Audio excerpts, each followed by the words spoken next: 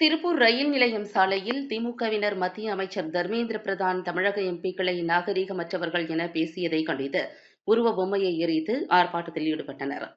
தமிழ்நாட்டிற்கு மத்திய அரசு வழங்க வேண்டிய கல்வி நிதியை உடனடியாக வழங்க வேண்டும் என கோரிக்கை வைத்த தமிழ்நாட்டு எம்பிக்களை நாகரீகமற்றவர்கள் என பேசிய மத்திய கல்வி அமைச்சர் தர்மேந்திர பிரதானை கண்டித்து திருப்பூரில் திமுக மத்திய மாவட்ட பொறுப்பாளர் செல்வராஜ் தலைமையில் குமரன் சிலை முன்பு ஆர்ப்பாட்டத்தில் ஈடுபட்டனர்.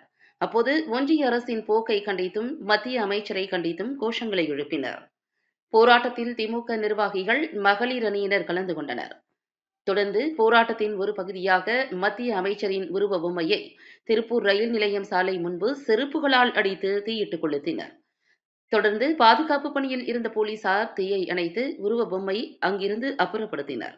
இதனால் அப்பகுதியில் சிறிது நேரம் பரபரப்பு ஏற்பட்டது. இதேபோல சிங்காநல்லூர் பேருந்து நிலையத்தில் தமிழ்நாடு எம்பிக்களை அநாகரிகமானவர்கள் என விமர்சித்த ஒன்றிய அமைச்சர் தர்மேந்திர பிரதானுக்கு எதிராக திமுக மாணவர் அணி மற்றும் தகவல் தொழில்நுட்ப அணியினர் முழக்கமிட்டு கண்டன ஆர்ப்பாட்டத்தில் ஈடுபட்டனர்.